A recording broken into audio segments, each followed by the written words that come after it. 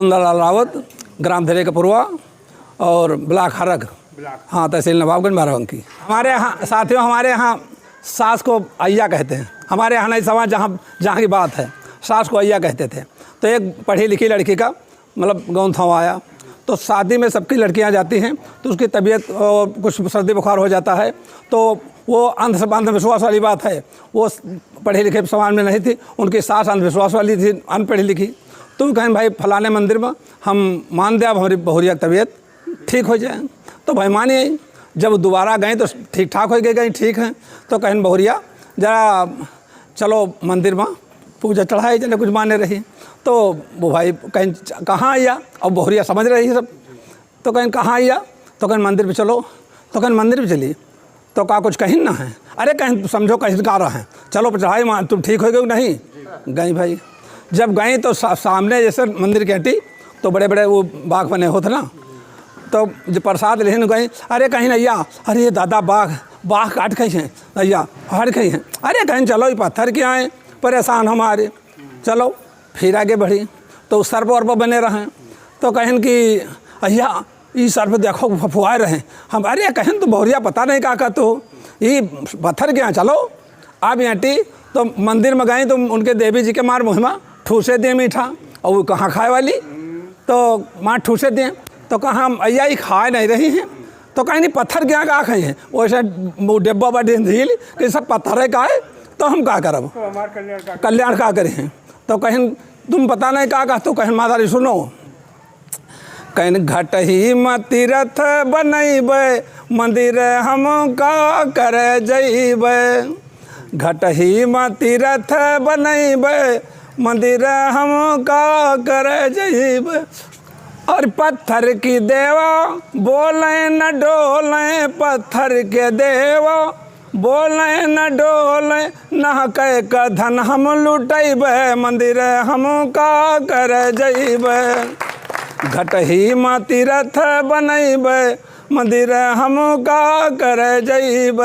तो कहीं तो का करी हो, तो कहीं गौरा सास ससुर महादेवा, अरे गौरा सास ससुर महादेवा, साईं का ईश्वर बनैब, मंदिर हम का कर जैब। और ठग बिगवा सब लागे गली नुमा, ठग बिगवा सब लागे गली नुमा, कह कह का धन हम लुटैब, मंदिर हम का कर जैब। आखिरी बात, कहत कबीर सुनो भाई साधो, कहत कबीर सुनो भाई साधो, साईं जी से प्रेम लगैब, मंदिर हम का कर जैब। साथियों, आज हम यहाँ नकासेन आश्रम जनपद बाराबंकी में जो कार्यक्रम हुआ राजा गंगा बख्श सिंह रावत जी के शहादत दिवस पर, इसमें हमें पता चला कि कई संगठन के लोग शिरकत किए हैं। आइए हम थोड़ा थोड़ा परिचय उनका आपके बीच में रखते हैं। तो सर, सबसे पहले मैं आपका परिचय जानना चाहूँगा। मेरा नाम श्रवण कुमार रावत है और मेरा संगठन है द ग्रेट पासी सेना मिशन।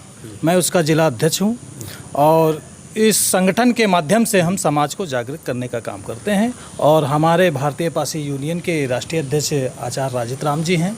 हम लोग सब मिल के समाज को आगे बढ़ाने का काम करते हैं। सर, एक सवाल आपसे मैं ये पूछना चाहूँगा कि अभी तक जो पासी समाज का इतिहास दबा छिपा रहा, लोगों के बीच में नहीं आया, इसके पीछे क्या कारण रहा होगा? देखिए, इसमें चापलूसों के हाथ है। जो पहले हमारे राजा महाराजा हुआ करते थे, उनके हाथ में सत्ता थी। उसके बाद अंग्रेज़ों द्वारा हमें दबा दिया गया, और जिनके लिए हमारे राजा लोग लड़े, उन्हीं लोगों ने हमारे साथ पक्षपात किया और मतलब कि उनको जो है दबाने का काम किया, इतिहास छुपाने का काम किया। सर, आपका परिचय जानना चाहूँगा। नमस्कार, मुझे बंसीलाल रावत कहते हैं। हम राष्ट्रीय पासे महासंघ के राष्ट्रीय सचिव हैं एवं दूरसंचार सलाहकार संघ भारत सरकार मेंबर रहे हैं। सर, आज आप इस कार्यक्रम में आए, बड़ा अच्छा लगा। मैं जानना चाहता हूँ कि इस समाज को आगे बढ़ाने के लिए जो हमारी नई पीढ़ी है, आपके बच्चे हैं, बच्चों के बच्चे हैं, क्या उनको भी मार्शल आर्ट की तरफ आगे बढ़ना चाहिए? हमारा समाज से अपील है कि जो पूर्व में हमारे लोगों ने दूसरों को खुश करने के लिए, दूसरों को इशारे पर अपने हाथ में लाठी लेने का जो काम किया, अब हम चाहेंगे, क्योंकि अब राजा वोट बैंक से बनता है, तलवार से नहीं बनता है, लाठी से नहीं बनता है, गोली से नहीं बनता है। इसलिए हमारे जो पूर्वज लोगों ने अभी तक जो है अपने बेटों के हाथ में लाठी लेने देने काम किया, अब हम चाहेंगे कि लाठी की जगह उनको कलम देने काम किए, क्योंकि कलम की एक ऐसी ताकत है, कलम की बदौलत में ही बाबा साहब अम्बेडकर ने विषम परिस्थितियों में जब कोई नियम कानून नहीं था, उन्होंने असंभव कार्य को संभव करके दिखा दिया। जब हमारे लोगों को सम्मान गौरवमयी पूर्ण ज़िंदगी जीने का अधिकार नहीं था, लेकिन उन्होंने भेड़ बकरी को एक घाट पानी पिलाने का काम किया और सभी को एक वोट का, सभी को बराबरी का हर क्षेत्र में उन्होंने अधिकार दिया। लेकिन उसके बाद में अब यह है कि जिनके जिनके हाथ में सत्ता रही, उनकी नीयत और नीति कैसी है। चूँकि संविधान कितना भी अच्छा हो, लेकिन अगर उसको संचालित करने वाले, जो शासन करने वाले हैं, अगर उनकी नीति नीयत ठीक नहीं है तो वही संविधान बुरा हो जाएगा। सर, आप इस कार्यक्रम में आए हुए हैं, जानना चाहूँगा आपकी संस्था से जुड़े हुए हैं? जी नमस्कार।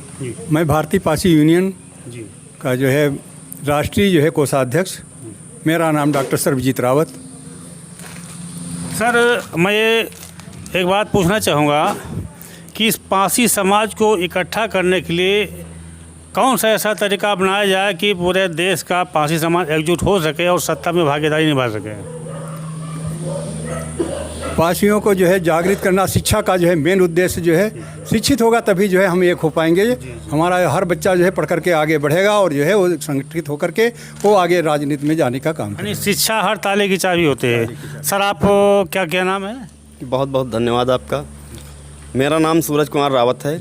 मैं द ग्रेट पासी सेना मिशन का राष्ट्रीय महासचिव हूँ और मेरा काम है पासी समाज के उत्थान के लिए गांव-गांव, घर-घर जाकर पासी समाज को जगाना है और पासी समाज में फैले जो अत्याचार और जो कुरीतियाँ हैं उनको बाहर करना है। क्योंकि पासी समाज के काफ़ी लोग अपने बिजनेस से नहीं जुड़ पा रहे हैं, अपने रोज़गार से नहीं जुड़ पा रहे हैं और वो एक ऐसी परिस्थिति में जा रहे हैं जहां पर जाने से उनके बाल बच्चों का भविष्य और समाज का भविष्य ख़राब हो रहा है, जैसे नशा जैसी लतें लग गई हैं। तो उन कुरीतियों को हम समाज से निकालने का काम कर रहे हैं। हमारे संगठन का काम ये है और पासी समाज को जोड़कर एक मंच पे ले जाने का उद्देश्य है कि पासी समाज जुड़ के, जितने संगठन हमारे बाहर चल रहे हैं, सारे संगठन पासी समाज को जगा रहे हैं और एक दिन ऐसा आएगा कि पूरा कमान पासी समाज के हाथ में होगा और पासी समाज का एक व्यक्ति उस कुर्सी, राजा की कुर्सी पर बैठा होगा।